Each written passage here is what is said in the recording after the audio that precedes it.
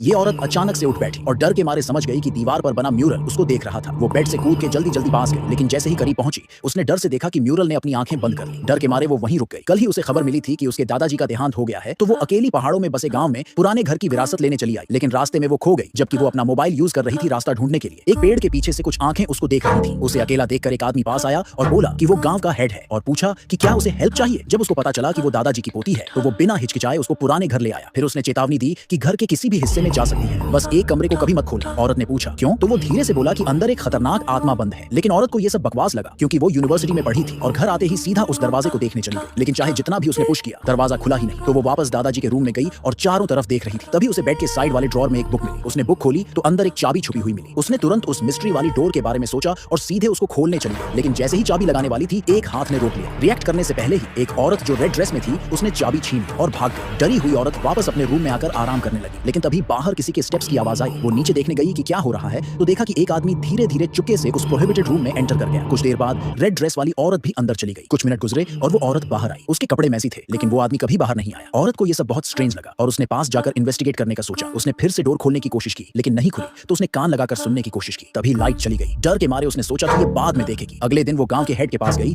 और उसे सब कुछ बताया। उसने शांत होकर सुना और बोला कि वो रेड ड्रेस वाली औरत उसके दादाजी की अडॉप्टेड बेटी है, जिसे मेंटल प्रॉब्लम्स हैं, लेकिन वो उसे हर्ट नहीं करेगी। उसने कहा कि टेंशन मत लो, लेकिन औरत को लगा कुछ गड़बड़ है और उसने ठान लिया कि उसे घर से निकाल देगी। गांव का हेड मदद करने को रेडी नहीं था और बोला कि तू आज रात सीधे उससे बात कर, तब तक सोच कि कैसे निकालना है। उस रात उसके